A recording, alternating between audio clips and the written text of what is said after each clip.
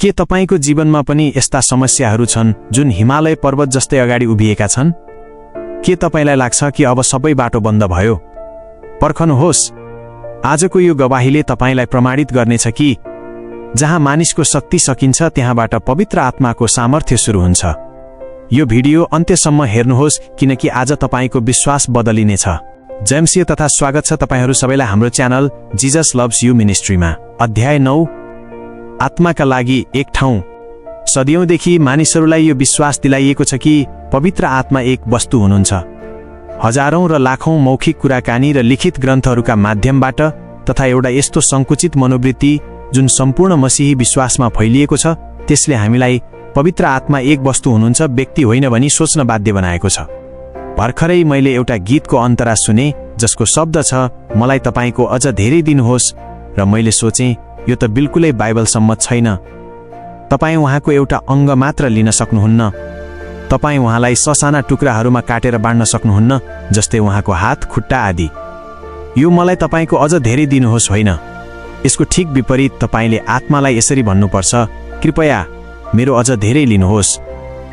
उहाँले आफूलाई तपाईको लागि समर्पित गर्नुहुन्न, तपाईले आफूलाई समर्पित गर्नुपर्छ उहाँका लागि एउटा ठाउँ। यसमा कुनै शङ्का छैन कि आज मण्डलीको सबैभन्दा उपेक्षित सत्य यो हो कि पवित्र आत्मा वास्तविक हुनुहुन्छ र हामीले उहाँका लागि एउटा ठाउँ बनाउनुपर्छ। यो ठूलो दुःखको कुरा हो, होइन र? हजारौं सुसमाचारका सेवकहरू यस धरतीमा पवित्र आत्माको कार्यलाई बुझ्न सक्दैनन्। मलाई डर छ कि कतै उनीहरू पनि ती तमाम मानिसहरू जस्तै सोच्न विवश भएका त छैनन्। आइतबारीय धर्मशिक्षा क्लासदेखि सेमिनरीको धर्मशास्त्र अध्ययनसम्म उनीहरूलाई यो विश्वास दिलाइँदैछ कि ईश्वरत्वमा पवित्र आत्मा एक गौण व्यक्ति हुनुहुन्छ जो पेन्तिकोसको दिन आउनुभयो र त्यसै दिनदेखि यहाँबाट ओझेल भएर बादलहरूमा तैरिरहनु भएको छ। वास्तवमा धेरै मानिसहरू पवित्र आत्मासँग कुरा गर्न हिचकिचाउँछन् ताकि करिश्माई मानिसहरूबाट टाढा रहने मानिसहरूले उनीहरूलाई व्यर्थको बहसमा नअल्झाउन्। ईश्वरले चाहनुभयो कि मण्डली जीवन्त र बुलन्द होस्। स्वर्ग जानु अघि येशूले यो अविस्मरणीय कुरा भन्नुभयो, विश्वास गर्नेहरूमा यी चिन्हहरू पाइनेछन्। तिनीहरूले मेरो नामबाट दुष्ट आत्माहरू निकाल्नेछन्, नयाँ नयाँ भाषा बोल्नेछन्, सर्पहरूलाई उठाउनेछन्, र यदि तिनीहरूले प्राणनाशक वस्तु पनि पिए तापनि तिनीहरूको केही हानि हुने छैन। तिनीहरूले बिरामीहरूमाथि हात राख्नेछन् र तिनीहरू निको हुनेछन्। यो कुरा मर्कुस 16:17-18 पदमा लेखिएको छ। एउटा सुसमाचार सेवक हुनुको नाताले मेरो सबैभन्दा अचम्मलाग्दो प्रश्न सायद यो हो, यदि पवित्र आत्मा मसीहहरूलाई एउटा सफल जीवन जिउने शक्ति तथा सामर्थ्य दिनका लागि पठाइनु भएको हो भने किन यति धेरै मानिसहरू विफल र निराश भएका छन्? जब म एउटा धर्म प्रचारक थिएँ, म चर्च जाने गर्दथेँ, र्यालीहरूको आयोजना गर्ने गर्दथेँ, मानिसहरूको आवश्यकताका लागि प्रार्थना गर्ने गर्दथेँ र घर फर्किन्थेँ। तर अब म एउटा पास्टर हुँ, मेरो दृष्टिकोण बिल्कुल बदलिएको छ र मेरो चारैतिर जे भइरहेको छ त्यसलाई देखेर म निकै चिन्तित छु। अब म बुझ्दैछु कि धेरै मानिसहरूको जीवनमा यति धेरै समस्याहरू छन् कि मैले कहिल्यै सपनामा पनि सोचेको थिइनँ। बिल्कुल यसको कल्पना पनि गर्न सकिँदैन कि कति विश्वासीहरू उदास, हताश भएर आध्यात्मिक जीवनको स्तरमा टाट पल्टिएका छन्।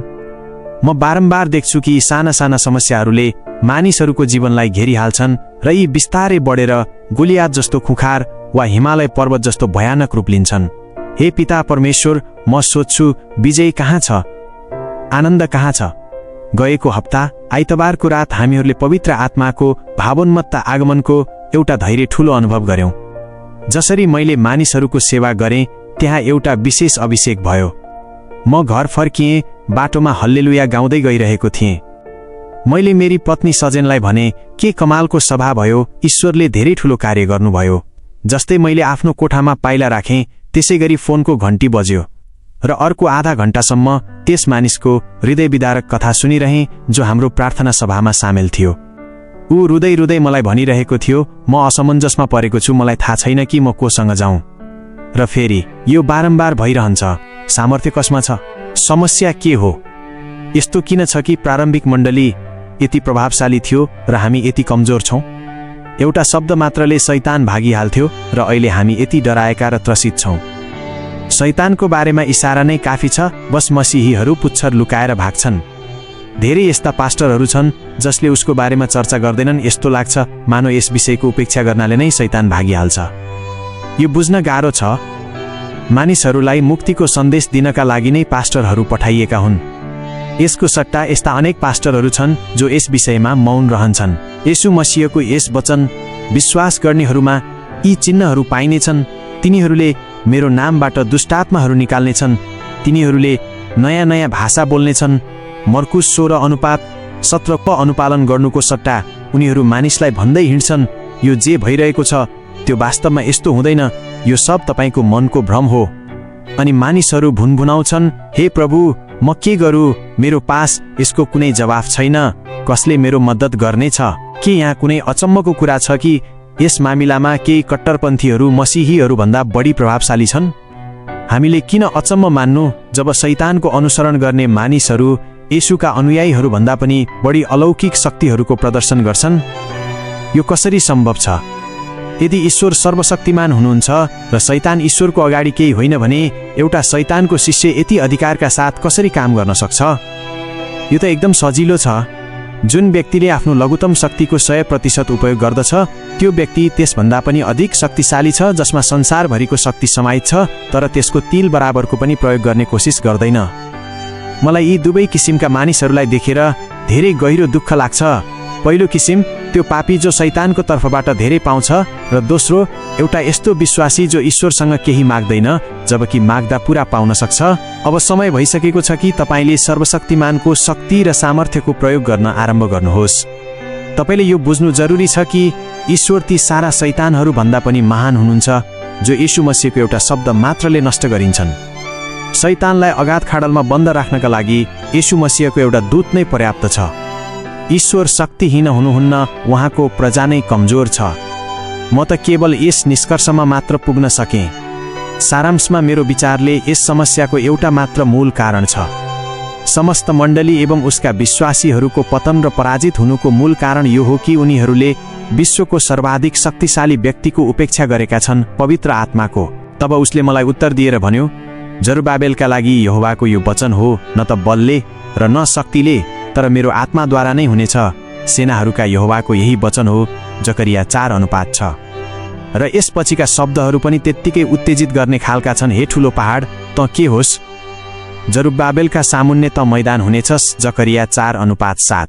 तपाईलाई आफ्नो सामुन्ने थुप्रिएका यी चट्टानहरूलाई हटाउनका लागि एउटा ठुलो ट्र्याक्टर भन्दा पनि विशालकाय एउटा बुलडोजर चाहिन्छ।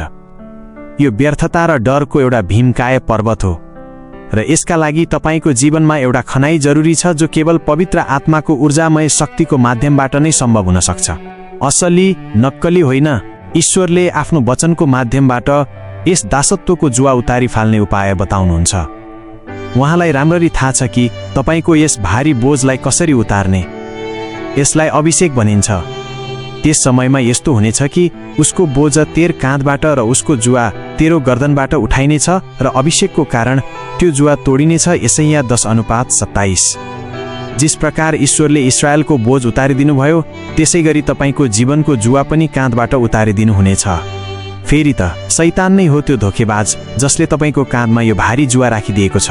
तर येशूले जसले यस बन्धनलाई तोड्ने घोषणा गर्नुभएको छ भन्नुभयो, किनकि मेरो जुवा सहज र मेरो बोझ हलुका छ। मत्ती 11:30। सधैँ कसिरहने कति पनि भारी जुवा किन नहोस्, पवित्र आत्माद्वारा सजिलै उतार्न सकिन्छ।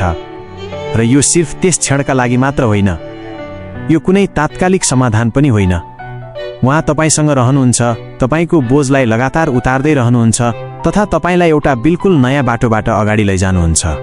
प्रेरित यूहन्नाले आत्माको सम्बन्धमा भन्दै लेखेका छन्, अनि तिमीहरूको त्यो अभिषेक जो उहाँको तर्फबाट गरिएको थियो तिमीहरूमा रहिरहन्छ, र तिमीहरूलाई यसको आवश्यकता छैन कि कसैले तिमीहरूलाई सिकाओस्, बरु जसरी त्यो अभिषेक जो उहाँको तर्फबाट गरिएको छ तिमीहरूलाई सबै कुरा सिकाउँछ र त्यो सच्चा छ र झुटो होइन, र जसरी उसले तिमीहरूलाई सिकाएको छ त्यसै गरी तिमीहरू उहाँमा रहिरहन्छौ। 1 यूहन्ना 2:27। यहाँ डाक्टरको उपाधि आवश्यक छैन यो परख गर्नका लागि कि को अभिषिक्त छ र छैन। यहाँसम्म कि एउटा सामान्य पापी जो पुनः जन्मेको छैन, जसलाई आइतबारी प्रार्थनासँग कुनै सरोकार छैन र जो टिभीको अगाडि बसेर रिमोट कन्ट्रोल चलाउँछ, उसले पनि चिन्न सक्छ कि यो एउटा मूल्यवान हीरा जस्तै चम्किलो र दुर्लभ छ। यो ठूलो अफसोसको कुरा हो कि यस्ता धेरै मानिसहरू छन् जसले अभिषेक पाएका छैनन्, तर उनीहरू त्यसलाई उत्पन्न गर्ने चेष्टा गर्छन्। उनीहरू जबरजस्ती गर्ने कोसिस गर्छन्, तर प्रभुको संस्पर्श उनीहरूमा छँदै छैन। कतिपटक तपाईँ ओजस्वी वक्ताहरू वा बाइबलका व्याख्याताहरू कहाँ यो हेर्न जानुभयो कि साँच्चै उनीहरू अभिषिक्त छन् वा केवल हावा भरिएका खोक्रा खेलौना जस्तै उनीहरूभित्र ज्ञान बाहेक केही छैन? उनीहरू तथ्य र सूचनाहरूबाट आए तर बिल्कुल बेजान, उनीहरू हिँड्ने डुल्ने ज्ञानका कुरा हुन् तर उनीहरूका शब्द निर्जीव र खोक्रा छन्।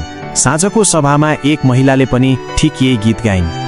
सच त यो हो कि उनी एउटी गायिका जस्ती लागिनन्।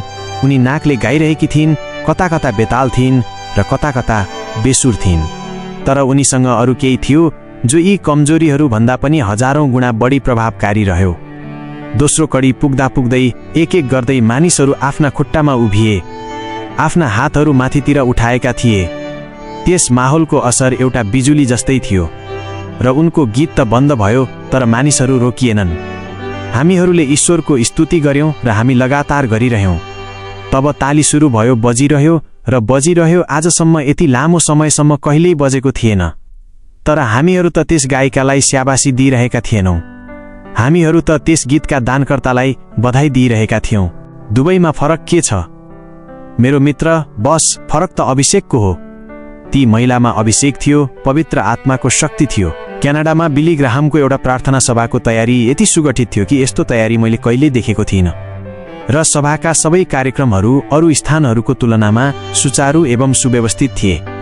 जब ग्राहमले प्रवचन दिन सुरु गरे तब उनको सन्देशमा पवित्र आत्माको संस्पर्श अचूक र सुस्पष्ट थियो। उनको विषयवस्तु येशू हुनुहुन्थ्यो। तर यो सत्य हो कि म एउटा यस्तो व्यक्तिको सामुन्ने थिएँ जसको आफ्नो जीवनमा पवित्र आत्मासँग एउटा गहिरो व्यक्तिगत साहचर्य थियो। ती शब्दहरूले मन्दिरलाई निस्तब्ध बनाए। सृष्टिको सुरुदेखि नै आत्माको अभिषेकको प्रभावलाई देखेर मानिसहरू विस्मित हुँदै आएका छन्।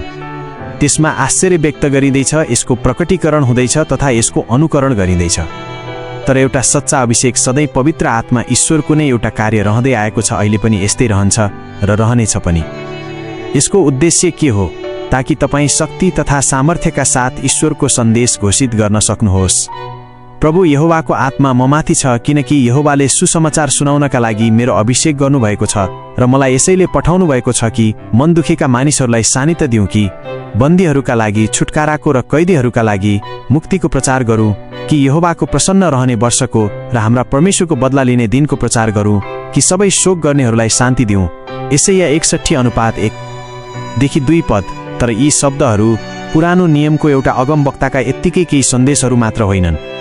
येशू मसीहले अगमवक्ताका यी शब्दहरूलाई उद्धृत गर्दै यरुशलेम मन्दिरमा प्रवचन दिनुभयो। तब श्रोताहरू अचम्ममा परे। प्रभुको आत्मा ममाथि छ, यसैले कि उहाँले गरिबहरूलाई सुसमाचार सुनाउनका लागि मेरो अभिषेक गर्नुभएको छ र मलाई यसैले पठाउनु भएको छ कि बन्दीहरूलाई छुटकाराको र अन्धाहरूलाई दृष्टि पाउने सुसमाचार सुनाऊ र कुल्चिएकाहरूलाई छुटाऊ र प्रभुको प्रसन्न रहने वर्षको प्रचार गरौँ। लुका 4:18-19 पद। यो तपाईँले कतै पनि बिर्सनु हुँदैन कि पवित्र आत्मालाई बुझ्नका लागि यो एउटा अनिवार्य शर्त हो कि उहाँ ईश्वर हुनुहुन्छ। यो सच्चाइको व्याख्या सायद तपाईँलाई नयाँ लाग्नेछ र सायद तपाईँको घाँटी मुनि ओर्लिने छैन, तर यो तथ्य त्यत्तिकै सत्य छ। के तपाईँलाई सम्झना छ कि यस प्रसङ्गमा अय्युबको पुस्तकमा के लेखिएको छ? परमेश्वरको आत्माले मलाई बनाउनु भएको छ र सर्वशक्तिमानको सासले मलाई जीवन मिल्छ। अय्युब 33:4। जब पिता ईश्वर आफ्नो सिंहासनमा विराजित भएर यो भन्दै हुनुहुन्थ्यो, हामी मानिसलाई बनाऊ, तब पवित्र आत्मा यस पृथ्वीमा आफ्नो कार्य गरिरहनु भएको थियो। यसको दोस्रो पदमा भन्छ कि पृथ्वी बेडब र सुनसान परेको थियो र गहिरो जलमाथि अन्धकार थियो तथा परमेश्वरको आत्मा जलमाथि मण्डराइरहनु भएको थियो। उत्पत्ति 1:2। यस पृथ्वीका जीवजन्तुहरूसँग सम्बन्धित चर्चा गर्दा भजन संहिताका लेखकले लेखे, तपाईँ आफ्नो आत्मा पठाइदिनुहुन्छ र तिनीहरू सृजिन्छन् र तपाईँ पृथ्वीको रूप नयाँ गरिदिनुहुन्छ। भजन संहिता 104:30। आध्यात्मिक विकास। यदि तपाईँ आफ्नो जीवनमा पवित्र आत्माको अभिषेक प्रत्यक्ष एवं सुस्पष्ट देख्न चाहनुहुन्छ भने सबैभन्दा पहिले तपाईँले अनिवार्य रूपमा यो बुझ्नुपर्छ कि पवित्र आत्मा तपाईँको लागि को हुनुहुन्छ, उहाँ तपाईँको जीवनमा कुन प्रकारले कार्यस्ताफ गर्नुहुन्छ र कुन तरिकाले तपाईँ उहाँको साहचर्यमा आउन सक्नुहुन्छ। तपाईलाई यत्तिकै खुसी पार्ने उद्देश्यले पवित्र आत्मा पठाइनु भएको होइन, त्यो त उहाँले गर्नु नै हुन्छ, तर उहाँको कार्य यसभन्दा पनि पर छ। उहाँलाई ईश्वरत्वमा समानाधिकार छ तथा उहाँ हाम्रो स्तुति र आराधनाको त्यत्तिकै पात्र हुनुहुन्छ जतिकि पिता ईश्वर र पुत्र ईश्वर। तर यो त सिर्फ एउटा सुरुवात हो। तपाईको आध्यात्मिक विकास एउटा विशाल सालको रुख जस्तै हो, जसको मल जलबाट, पालन पोषण तथा अप्राकृतिक शक्तिहरूबाट संरक्षण पनि अति आवश्यक तत्त्व हुन्। त्यसो भए यसपछि म के गरौँ? हालैमा एउटा मानिसले मलाई भन्यो, बेन्नी, म तपाईँको कृतज्ञ छु, तपाईँले सन् 1978मा पवित्र आत्मासँग मेरो परिचय गराउनु भएको थियो। मैले भने, यो त धेरै राम्रो कुरा हो। त भन्नुहोस्, तबदेखि सबै कुरा कसरी चलिरहेको छ? उसको अनुहार सुन्नियो। हो, साँच्चै केही खास छैन, यत्तिकै याद आयो। त्यस दिन जब म उहाँलाई भेटेको थिएँ, त्यो मलाई राम्रो लागेको थियो। तपाईँ यस्तो किन सोच्नुहुन्छ कि केही पनि भएको छैन? मैले सोधेँ। उसको यो जवाफ म कसरी भुल्न सक्छु? मलाई लाग्छ कि सायद मलाई थाहा थिएन कि म के गरौँ। पवित्र आत्मासँग परिचय गराइएका हरेक व्यक्तिबाट सायद म यही आशा राख्छु कि ऊ पवित्र आत्मासँग त्यसरी नै प्रस्तुत होस् जसरी म भएँ। अक्षरश म पवित्र आत्मा र यस वचनसँग यति बाँधिएँ र आत्मसात भएँ कि म एउटा स्पन्ज जस्तै उहाँसँग मेरो लागि जे जति पनि थियो पुराको पुरा सोच्न थालेँ। यसका लागि समय त लाग्यो नै, सयौं र सयौं घण्टा पवित्र आत्मासँग। म देख्छु कि ईश्वरको वचनको गहिरो खोजी गर्नका लागि समय निकाल्न धेरै मानिसहरूलाई असम्भव जस्तो लाग्छ, किनकि उनीहरू अत्यधिक व्यस्त छन्। केवल यो पुस्तक पढ्नाले तपाईलाई त्यस तथ्यको एउटा संक्षिप्त सूचना प्राप्त हुन्छ जुन तथ्य पवित्र आत्माले मसँग बाँड्न वर्षौं लाग्यो। तर एउटा काम म तपाईको लागि गर्न सक्दिनँ। तपाईको टाउकोमा जादुको एउटा लौरोले हानेर तपाईलाई म एउटा अभिषेक दिन सक्ने छैन। यो त पवित्र आत्मासँग मात्र एउटा गहिरो व्यक्तिगत भेटबाट प्राप्त हुन्छ, तथा यो भेट तपाईद्वारा स्थापित गरिएको अन्तरङ्ग सम्बन्ध एवं साहचर्यसँगै पनपिन्छ र बढ्दै जान्छ। जुन क्षण तपाईले यो अनुभव गर्न थाल्नुहुन्छ कि पवित्र आत्मा ईश्वर वास्तवमा ईश्वर हुनुहुन्छ, त्यही क्षणदेखि पवित्र आत्मामा तपाईको विकास प्रारम्भ हुन्छ। यसलाई म बारम्बार दोहोर्याएर तपाईलाई यसभन्दा पनि बढी बुझाउन सक्ने छैन, किनकि बाल्यकालदेखि लिएर आजसम्म हाम्रो अन्तर्मनमा पवित्र आत्माको कमजोर व्यक्तित्वको एउटा धमिलो र अस्पष्ट रूप मात्रै राखिएको छ। मैले कतै एउटा पुस्तकमा पढेँ जसमा लेखिएको छ, पवित्र आत्मा येशूको शरीरको एउटा सेवक हो। म यस प्रकारका गल्तीहरू र गलतफहमीहरूको बारेमा नै बताइरहेको छु। उहाँ एउटा सेवक हुनुहुन्न, उहाँ त यसको प्रभारी इन्चार्ज हुनुहुन्छ। उहाँ येशूको शरीरको अग्रगामी हुनुहुन्छ। म तपाईलाई केही अझै नयाँ कुरा बताउन चाहन्छु जो मैले थाहा पाएको छु। पवित्र आत्मा ईश्वर मात्र हुनुहुन्न, बल्कि उहाँ प्रभु येशू मसीहको पिता पनि हुनुहुन्छ। म तपाईलाई ईश्वरको वचनतर्फ लैजान चाहन्छु। तपाईँ भन्न यो चाहनुहुन्छ, मैले सोचेको थिएँ कि पिता ईश्वर येशूका पिता हुनुहुन्थ्यो। हो, तपाईँ बिल्कुल सही हुनुहुन्छ, तर तपाईँ गलत पनि हुनुहुन्छ। म तपाईलाई प्रमाणित गर्न गइरहेको छु। यो कसरी? सुसमाचारहरूको पहिलो अध्यायमा हामी पढ्छौं कि पवित्र आत्मा येशूका पिता हुनुहुन्छ। अब येशू मसीहको जन्म यस प्रकार भयो कि जब उनकी माता मरियमको मगनी युसुफसँग भयो, त उनीहरूको इकट्ठा हुनुभन्दा पहिले नै उनी पवित्र आत्माको तर्फबाट गर्भवती पाइन्। मत्ती 1:18। मरियम पनि निकै चिन्तित भइन्। मरियमले स्वर्गदूतलाई भनिन्, यो कसरी हुन सक्छ? मेरो त पुरुषसँग संसर्ग नै छैन। स्वर्गदूतले उत्तर दिए, पवित्र आत्मा तमाथि उत्रनु हुनेछ र परमप्रधानको सामर्थ्यले तमाथि छाया गर्नेछ, यसैले त्यो पवित्र जो उत्पन्न हुनेवाला छ परमेश्वरको पुत्र कहलाइनेछ। लुका 1:34-35 पद। बस यही त हो। यी ईश्वरका पुत्र कहलाइन्छन्, तर यी पवित्र आत्मा हुनुहुन्थ्यो जो येशूकी आमामाथि उत्रनु भयो। यही हो पवित्र त्रिएकत्वको सामिप्य, एकैसाथ पिता ईश्वरका पुत्र तथा पवित्र आत्मा ईश्वरका पुत्र। यी ईश्वरका पुत्र कहलाइन्छन्, तर यी पवित्र आत्मा हुनुहुन्थ्यो जो येशूकी आमामाथि उत्रनु भयो।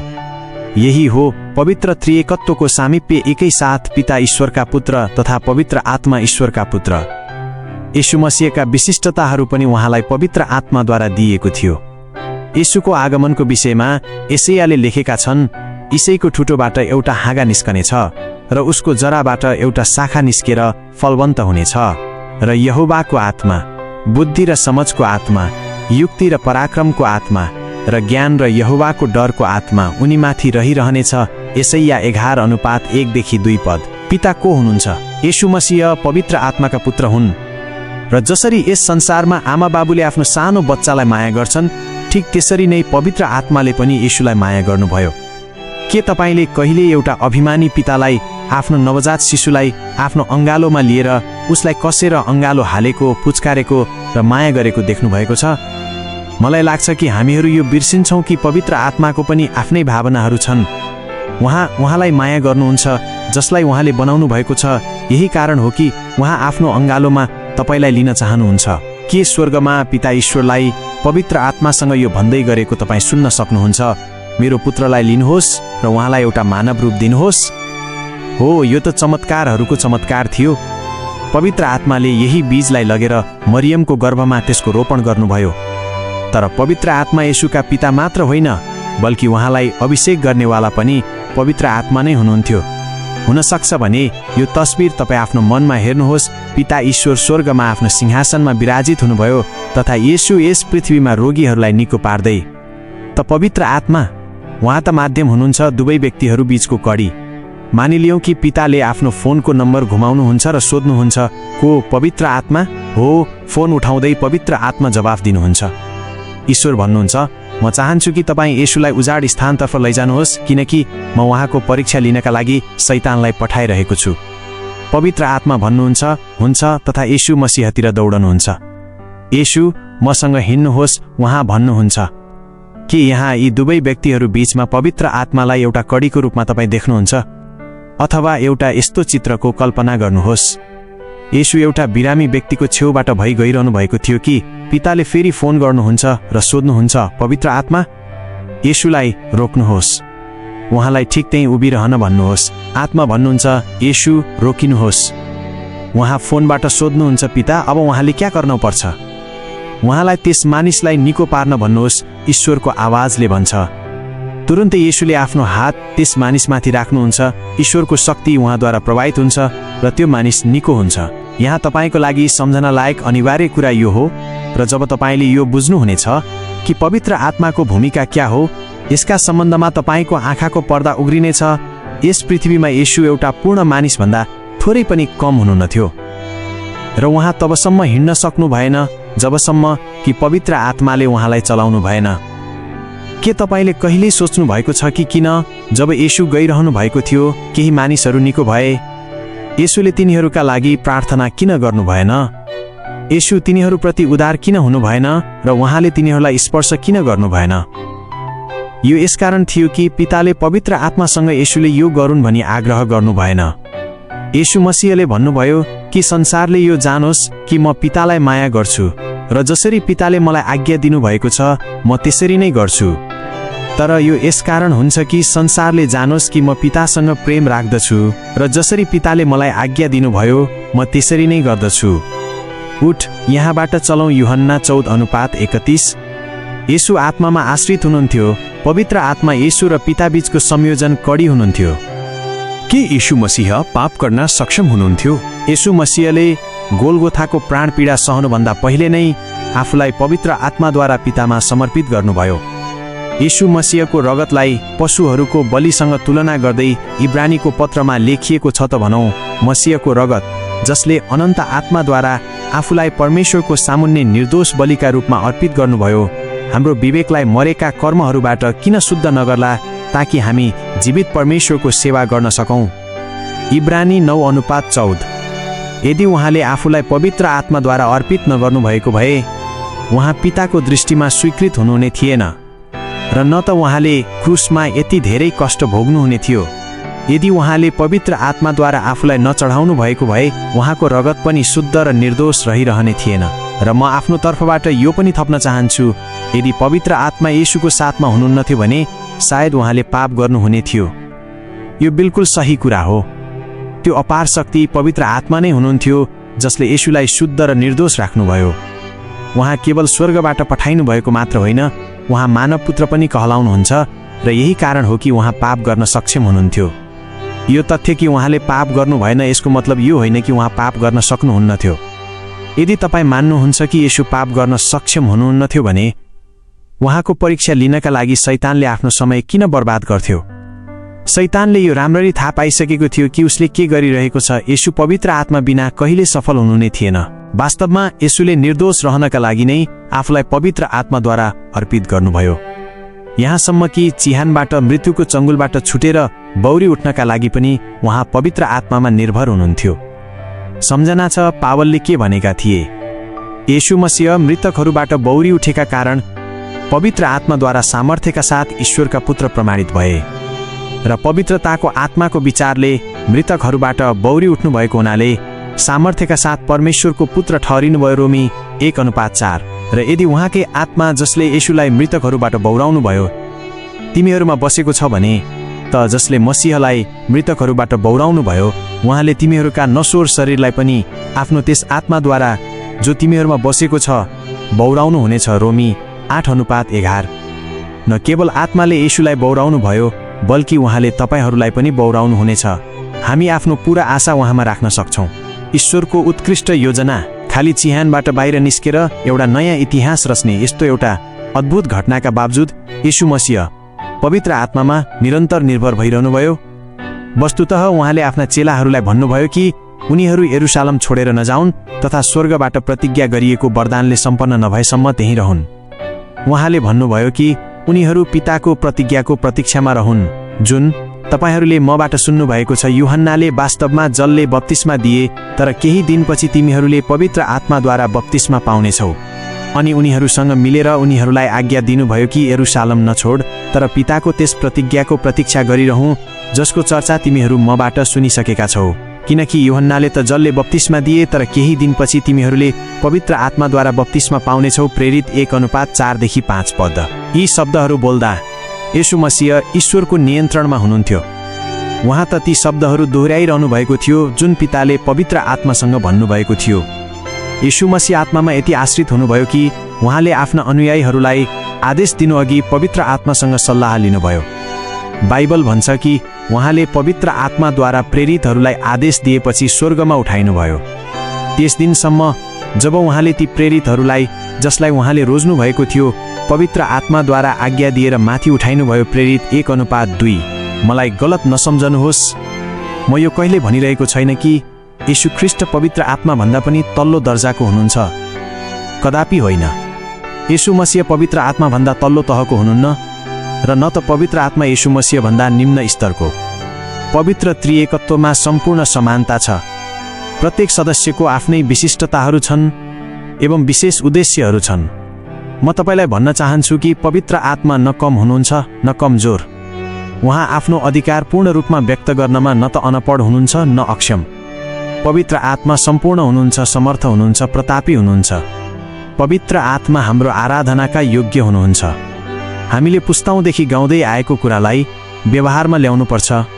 ईश्वरको स्तुति गाउँ जसबाट सारा कृपा प्रवाहित हुन्छ। पिता, पुत्र र पवित्र आत्माको स्तुति गाउँ। तपाईँ उहाँलाई कसरी चिन्नुहुन्छ? बस यो त्यत्तिकै सहज छ जति तपाईँ सुत्नका लागि ओछ्यानमा पल्टिँदा तपाईँको अन्तरात्मामा एउटा आवाज गुन्जिरहेको सुन्नुहुन्छ र त्यसले तपाईँलाई सम्झना गराउँछ आज तैँले प्रार्थना गरिसकेको छैनस्, अथवा त्यो आवाजले भन्छ तँले आज ईश्वरको वचन पढेको छैनस्। तपाईँको अन्तरात्माको यो ढकढकको आवाज, यो गुन्जन र यो बाणी पवित्र आत्माको हो। तपाईँ उहाँलाई चिन्नु नै हुन्छ तर उहाँ तपाईँको लागि तडपिरहनु भएको छ कि तपाईँले उहाँलाई अझ गहिराईबाट चिन्नुहोस्। प्रभु पहिले नै भनिसक्नु भएको छ कि जब तपाईँले पवित्र आत्माका लागि ठाउँ बनाउनु भयो भने त्यसको नतिजा के हुनेवाला छ। उहाँले भन्नुभयो जसले ममाथि विश्वास गर्छ, जसरी पवित्र शास्त्रमा भनिएको छ उसको हृदयबाट जीवनको जलका नदीहरू बग्नेछन्। यूहन्ना 7:38।